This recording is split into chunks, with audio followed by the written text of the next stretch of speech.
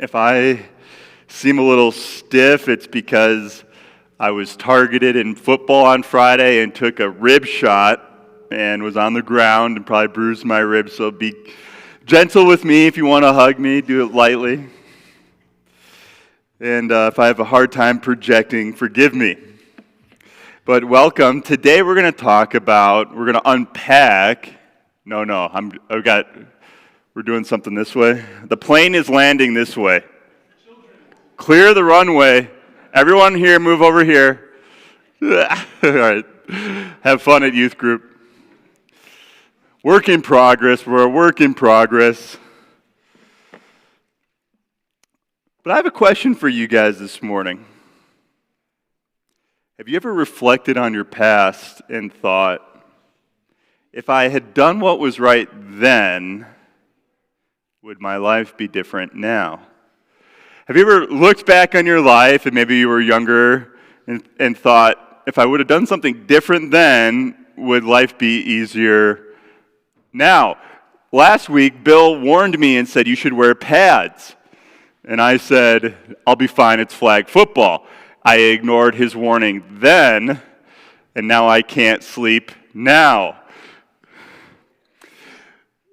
And that's a wisdom issue, but there's also sin issues. And in this sermon, it's fascinating. We're going to see how God's purposes of redemption in Joshua 9 are thwarted by Achan's sin from chapter 7. And of course, Pastor Michael discussed the great victory in the battle of Ai and how God's redemptive purposes came about, how God reinitiated his covenant, and there was so much redemption. But there was also a great cost. We had 36 people die. There was a cost to Israel for sinning, and therefore God had to bring consequences, but there was still redemption. And we're going to see how that continues on throughout Israelites' history. We're going to see how it continues on briefly in the next chapter. This is a fascinating passage because it really echoes what's happening in Joshua 5:1. For some of you, you have this. This is kind of my notes, so you can follow my thoughts, take it home with you, pore over it, if you will. And if it's in the sermon and it's helpful for you, you can follow along. I loosely follow it. Sometimes I go extemporaneous. But in Joshua 5:1, it says, now when the Amorite kings west of the Jordan and all the Canaanite kings along the coast heard of how the Lord dried up the Jordan before the Israelites until they crossed over, their hearts melted in fear, and they no longer had the courage to face the Israelites. So just a few chapters ago, Israel had made all of the people of the land of Canaan afraid. Now, this isn't cruel and this isn't bad. We discussed that the theme of Joshua is really how can we eliminate Pharaoh's evil influence in the land. If you go back to the Battle of Migdol, Pharaoh had conquered the people of Canaan. And so his extension of his rule from Egypt was in Canaan. So there was child sacrifice, there was certainly sex slavery, there was a great amount of oppression. What God is doing here in destroying these military forts throughout the land of Canaan is he's eliminating evil control over the land of Canaan. So this is an act of redemption. Joshua isn't destroying population centers. He's not killing innocent people. He's destroying forts. He's destroying military setups that are against God's purposes of rest and blessing. And when they cross the Jordan initially, everyone's afraid because here's this God who dries up the Red Sea, who defeats Pharaoh in the land of Egypt, and now has dried up the Jordan. And the obvious implication is now they're going to defeat all of us. But something happened when Achan sinned. God didn't go out with them, and we talked about how Joshua didn't inquire of the Lord, so he didn't find out the sin until it was too late, and they had already lost the battle. So now when we read Joshua 9:1, and if you can flip to there in the Bible, we see that not everyone is afraid of the Israelites anymore. And so to continue to give context for the main points, you can read in your Pew Bible, page 214, 9:1.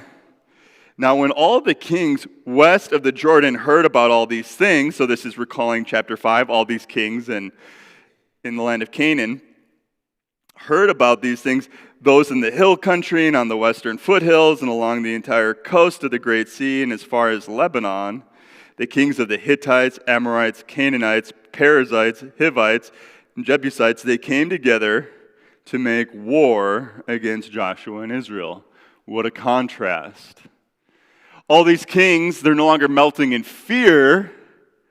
They plan to make war. And why do they do that? Because Israel has just been defeated. And so while Jericho and Ai were defeated eventually, because of Achan's sin, the people of the land think, hey, there's a possibility we can win. You can think of a time in your life where there was a mistake someone made or someone had a defeat, and you thought, well, maybe I can beat them. For those of us who watch football, we've learned that NBA references are very bad for this group of people. I will not make those. Football references are in higher demand here. And so if you're a Viking fan like me, every year you think, we might make the playoffs. We might win. Very few people believe we can win the Super Bowl, but some of us hold out for a positive record. Anything above 8-8. The Broncos fans in here know that feeling. You're just thinking of, if we can get above 8-8, that would be great. If I could go to a game and we win. Pray for Russell Wilson. He had a great pass the other day in the end zone. They didn't do the 2-point conversion. But once you see a team lose, you think, oh, we can beat them. Once they cracked my ribs and I was on the sideline for the rest of the game Friday, the team thought, we can win. And these kings thought they can defeat Israel because they had lost in a battle. But there's another group of people, and this is very interesting. They're right next to Israel, and they're called the Gibeonites. And the Gibeonites have a divided faith. They think they can win by deceiving Israel, but they also believe that Israel will win if they don't do something. They can't just fight them in battle. So, moving on to the main points, what we're going to see here is this overall point that as Israel's sin, and this is page 2, as Israel's sin leads to more battles and less salvation due to their sin, so our sin leads to more trouble and less of God's redemption in our lives. And that's kind of the gap we're going to bridge. We're going to see that we have more trouble when we sin. Israel has more trouble when they sin. But we also have more blessing and redemption when we do it as right. And so when I titled the sermon, it was the ongoing consequences of sin. And then by the time I got here, I realized, well, it's also about God's redemption. Because while God brings consequences for Achan's sin, they do win the battle of Ai. And while this is going to be a problem in this passage, the Gibeonites, we're also going to see redemption for the Gibeonites. So our 3 points are this. Because of the sin of Achan, the people of Canaan no longer fear the Lord. That's the first point. Achan has sinned, so the fear of the Lord is hurt. Second point, Joshua fails as a leader the way he did before when he went out to the battle of Ai. If you remember, he didn't inquire of the Lord, and so they were defeated in Ai. He does this again. It's another mistake he's made. And then third, Joshua both curses and saves the Gibeonites. And we're going to see the consequences and the blessings that come for the Gibeonites for many generations. But the main point, one, is just that because of the sin of Achan, the people of Canaan no longer fear the Lord. Let's read verses 2 through 6. They came together to make war against Joshua and Israel. However, when the people of the Gibeonites of Gibeon heard what Joshua had done to Jericho and Ai, they resorted to a ruse. And if you just pause there for a second, this is interesting because it's both faith and idolatry. The Gibeonites believe that the Israelites are powerful, and in a sense they fear the Lord because they don't think they can defeat them in battle. But they don't fear the Lord to the point where they think that they should be honest. And so they think they can get their way, they can preserve their way of life through a ruse, through deception. They went as a delegation whose donkeys were loaded with worn-out sacks and old wineskins. Smart. Cracked and mended. You can think if you saw someone really dusty and tired, you think, wow, they traveled a long way. The men put on worn and patched sandals on their feet and wore old clothes. All the bread of their food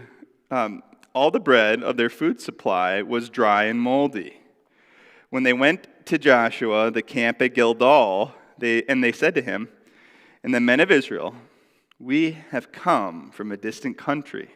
Make a treaty with us." And so the Gibeonites look for an illegitimate peace.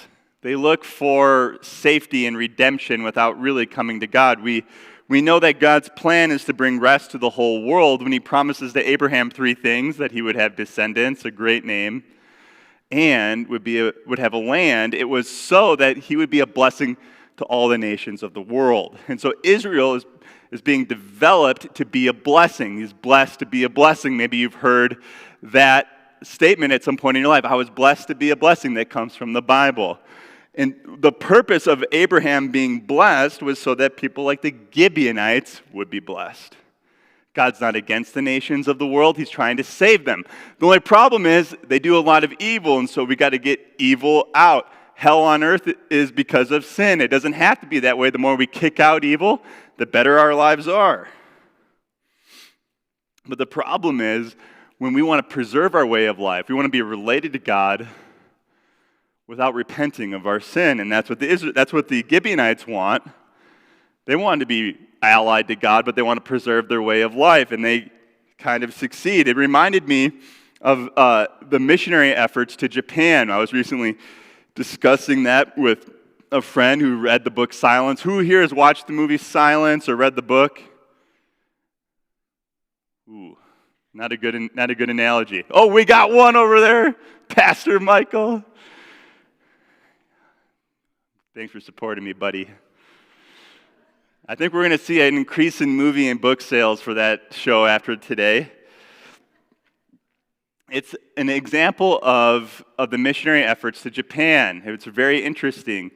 It's a Jesuit missionary effort. The Jesuits were awesome. They were called like the Pope's secret service. They went out throughout the whole world doing anything. The Pope's henchmen too, sometimes they were called.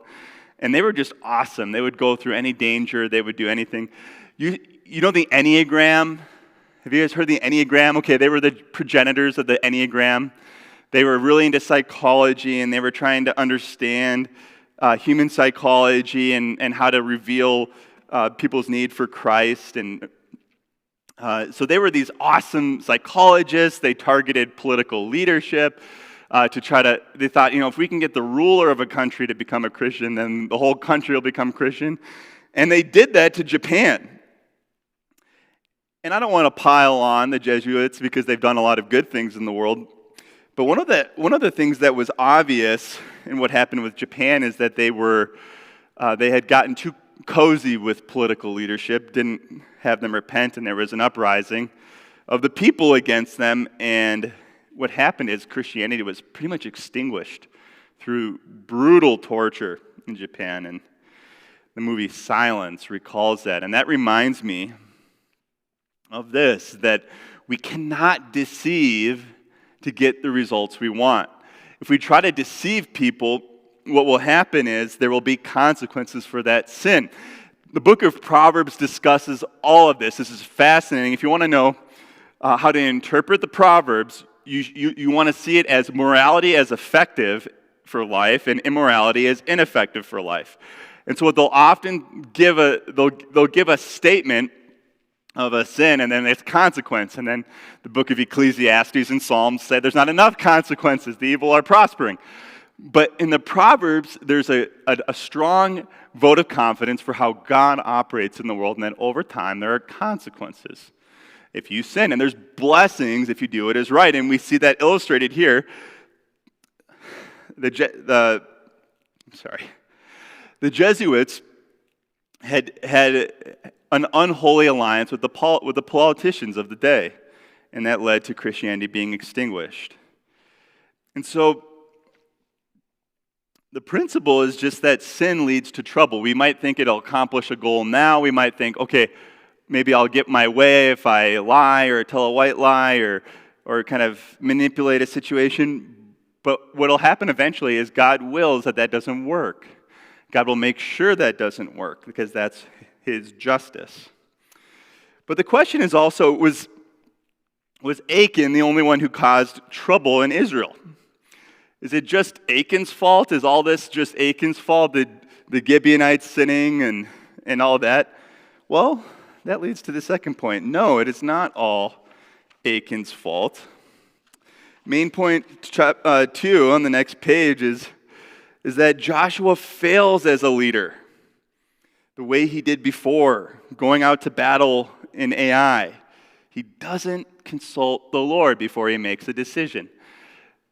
And that's tough as leaders. Sometimes we think, I'll assess the pros and cons. I do this all the time, and I'll just make a decision. And that seems wise enough. What's so wrong about that? I'm weighing the pros and cons, and all of a sudden something comes to me, and I think I should go about it this way. And we see Joshua doing that. He assesses the situation, and he makes a decision.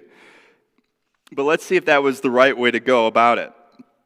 Let's read verses 7 to 14. The men of Israel said to the Hivites, "But perhaps you live near us. How then can we make a treaty with you?" "We are your servants," they said to Joshua. So you see, Joshua's kind of suspecting this. He's like, well, maybe they're trying to deceive me. How can we make a treaty with you? We're not entirely sure about you. And so they humble themselves. We are your servants. Kind of feigning humility. But Joshua asks, he's obviously suspicious, "Who are you and where do you come from?" They answered, "Your servants have come from a very distant country." Notice they didn't state their identity, nor the name of the country they came from, "because of the fame of the Lord your God." And then there's some vote of confidence. There's some faith there. You see some deception, but you see some faith, and that kind of establishes the point that the hardest lies to detect are half-truths, that half-truths are the most difficult things to discern. And you'll see a case study in this, a master class on how to tell a half-truth with the Gibeonites. "The fame of your Lord your God, for we heard the reports of him, all that he did in Egypt, all that he did to the 2 kings of the Amorites east of the Jordan, Sihon, king of Hebron, and Og, king of Bashan, who reigned in Ashtaroth. And our elders and all those living in our country said to us, 'Take these provisions for your journey. Go and meet them and say to them, we are your servants. Make a treaty with us. The bread of ours was warm when we packed it at home, and on the day we left to come to you. But now see how dry and moldy it is. And these wineskins that we filled were new, but see how cracked they are. And our clothes and sandals are worn out by the very long journey.' The men of Israel sampled their provisions, but did not inquire of the Lord." And that's the main point, that Joshua didn't inquire of the Lord. See, had they inquired of the Lord, he would have revealed something to them. And God's law reveals something to us. We can use our own wisdom, we can kind of discern things, but without God's wisdom, we're not going to see something clearly. I think I've made that mistake recently. I have kind of chronicled my journey of reaching out to some neighbors. We spared no expense at helping them. They were in a desperate situation, haven't been eating and didn't have jobs, and so we got them groceries and we clothed them and we fixed their car. And as I've stated in the past, once they didn't need our gifts anymore, their faith ran out as the gifts ran out, and so they wanted nothing to do with God or us. And they've been a real pain. They've been hollering at me across the street and been very obnoxious. And I have really questioned, was I wise in helping them? If I would have done things differently, I would have given them a lot less, but seen how things would happen over time. But instead, I kind of did everything I could for them and got everyone around them doing everything I could for them, from getting them clothes and groceries to giving them a laptop to everything I could, gave to them. And they have been an incredible thorn in my side since then. And I just think, how would I have known that if I relied on my own wisdom? I couldn't. But if I would have inquired of the Lord, I wonder, would my life be easier now? If I would have taken things slower, would things be easier? If Joshua wasn't so quick to make a treaty, would things be easier? But instead, he wants to get things resolved. He's probably high on achievement. He's like me. He said, I want to get this done by this time, and then I'll move on to the next thing. But the problem with that is sometimes things do take time, and discernment should not just be resting on you alone. You need to pray and ask to the Lord, and that's just your application point. That's my application point. Before we make a big decision, let's inquire of the Lord. But there's also a principle here in that for those of us who sin, which is all of us, except Michael, who watches the movie Silence and listens to all my application points. Just kidding. All of us who are sinners, who have struggled with sin, we want to preserve our way of life. And that's what we see with the Gibeonites. You see, they fear the Lord in one way, but they want their own life in another way. They're not ready to give everything up. They want to relate to God through an alliance instead of coming into Israel through God's covenant. They want a political alliance, so you respect us, we respect you, and we maybe will trade, but we're not going to become like you. We're Gibeonites. But what God is asking the nations to do in the Old Testament is to come into the life of Israel, to accept his law, to accept Jewish practices and relate to the temple for sacrifices and prayers and washings and all these things, so that the people can have rest, so that they leave their other idolatrous practices. It's very likely that the Gibeonites would have practiced the religions of the land of Canaan, which would have included child sacrifice, which would have included influence from Pharaoh. And God does not want Pharaoh to have any influence in the land, and so an alliance is not acceptable. What's acceptable is for people to repent and to come into the life of Israel, so that the people can have rest, so they're not tortured by the effects of sin. And so people will lie, and sometimes we lie, to preserve our way of life instead of taking the great cost of following God in every way. But what becomes of the Gibeonites? They're such a fascinating case study. They both show faith and idolatry at the same time. Well, the third point is just that Joshua both curses and saves the Gibeonites for their idolatrous faith. And the Gibeonites were dedicated to hard service in the temple for many generations. So they get saved. They are saved, they're preserved as a people, but there are consequences. So let's read verses 22 through 26 and take a look.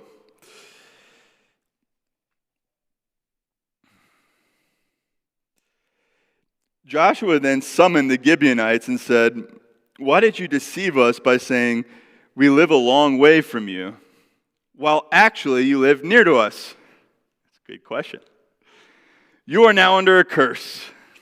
You will never cease to serve as woodcutters and water carriers for the house of the Lord." And so let's just pause. One of the things we've talked about is there's a harem, there's a ban. It's translated in different ways in this book of Joshua, but it's a devoted. You'll see the phrase devoted to the Lord. That's harem. Harem Yahweh, devoted to the Lord. And then you have, it also can be devoted to destruction. So it can be destroyed or it can be dedicated.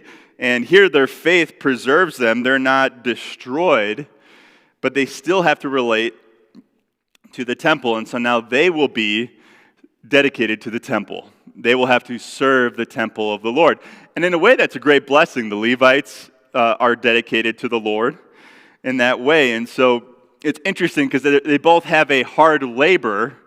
They have to be woodcutters and water carriers, but they also get to serve the living God, and so it's both blessing and curse. It's hard labor. I remember when I first became a Christian when I was 18, my favorite song was Better Is One Day from the band Cutlass. Some of you were many years ago annoyed by that band if you didn't like hard metal Christian music, and I loved it because I loved non-Christian metal, so an easy transition for me was from non-Christian metal to Christian metal. It really helps you lift in the gym. And one of the things that I loved was it said, better is one day in your house than 1,000 elsewhere. And I had thought about when I wasn't a Christian how many consequences there were, how much hatred and trouble there was. Sure, I got to do what I want, but I also had problems, and life's better without problems, I'd say, even if you get your way. And so I thought that is so true. Better is one day in your house than 1,000 elsewhere. And as I was learning to relate to God, it was very difficult. I had struggles. I was not smoking pot, although it's legal now. Back then we thought that was cool because it was illegal. And drinking, things like that. But now that I decided I'm going to follow Christ, I said, even if I struggle with withdrawal, even if I feel like I'm missing out from parties, better is one day in your house than 1,000 elsewhere. And for the Gibeonites, better is for them to be woodcutters and water givers to the temple than to be slaves of Pharaoh in the land of Canaan, where they could do whatever they want, but were under oppression. Let's keep reading. They answered Joshua, your servants were clearly told how the Lord your God had commanded his servant Moses to give the whole land and to wipe out all its inhabitants from before you. Well, that's not quite true. And this is a great misunderstanding of the Old Testament. We talked about this a few weeks ago, but we need to debunk all this nonsense of Joshua committing genocide in the Old Testament. This is not genocide. They're not trying to wipe out all the inhabitants. If that were the case, Achan, who is not a Semitic name, wouldn't be named Achan. He would have been a Hebrew who sinned, but instead he was clearly someone who came into the life of Israel, and when the Israelites left Egypt, it says a great multitude of people came along with them. And so there is constantly people coming into the life of Israel from other nations because they're welcome if they accept the covenant of God. So they're certainly not trying to wipe out all the inhabitants. That's a lie. Remember, the best lies are half-truths.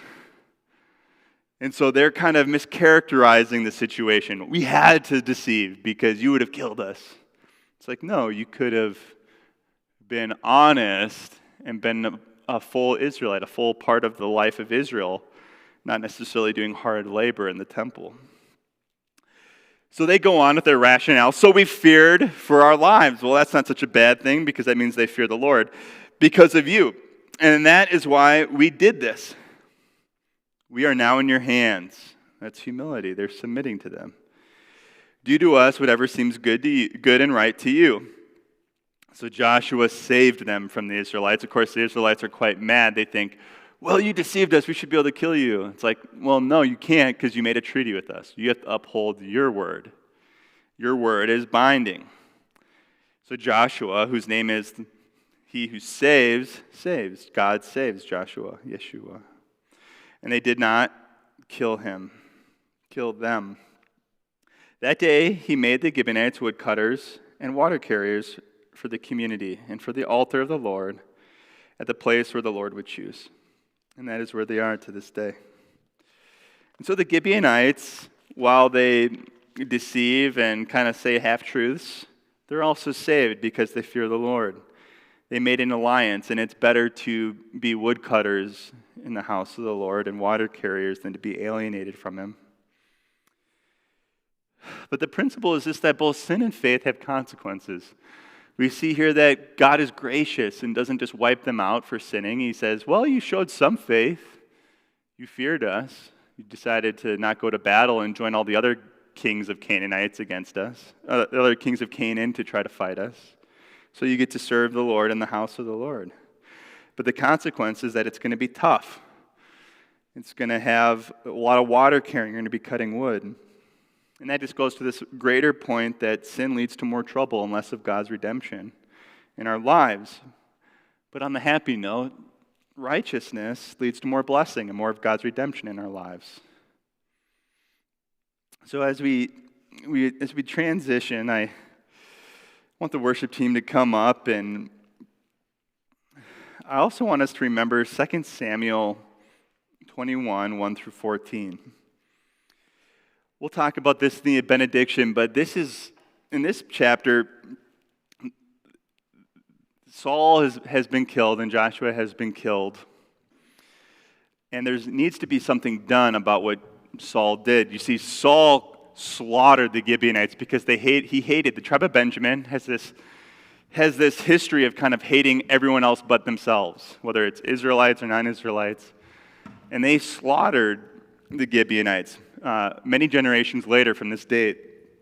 And so the Gibeonites demand atonement for that. They demand consequences for this genocide against them. And so King David, what he ends up doing is he ends up killing a symbolic number of Saul's sons to pay for their sin.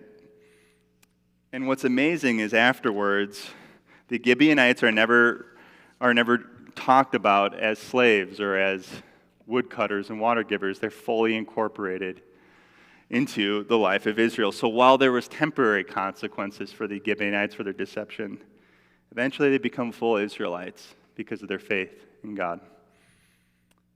Thank you.